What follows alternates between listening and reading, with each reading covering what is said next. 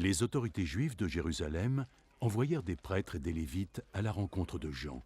Qui es-tu? Jean ne refusa pas de répondre, mais déclara ouvertement et distinctement: « Je ne suis pas le Messie. » Alors qui es-tu? Ne serais-tu pas Élie? Non, ce n'est pas moi. Tu es le prophète? Non. Dis-nous alors qui tu es. Nous devons donner une réponse à ceux qui nous ont envoyés. Qu'as-tu à nous dire de toi-même?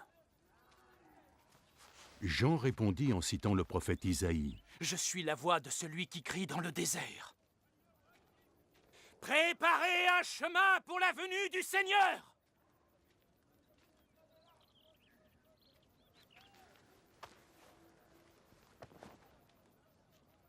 Les messagers qui avaient été envoyés par les pharisiens lui demandèrent alors: Mais alors si tu n'es pas le Messie, ni Élie, ni le prophète, pourquoi baptises-tu? Je baptise juste avec de l'eau.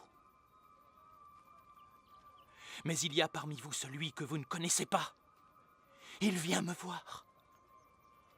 Même si je ne suis pas digne de délier les lanières de ses sandales.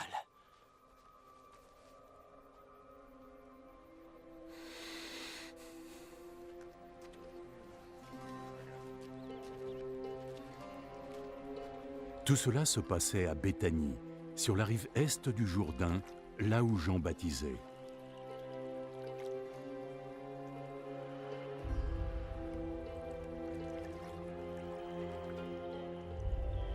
Le lendemain, Jean vit Jésus venir à lui.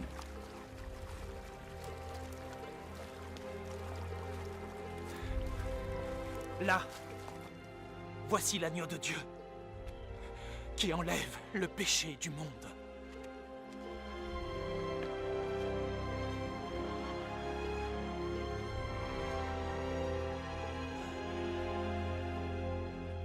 C'est celui dont j'ai parlé quand j'ai dit « Il vient après moi, mais il est plus grand que moi, parce qu'il existait avant que je naisse. »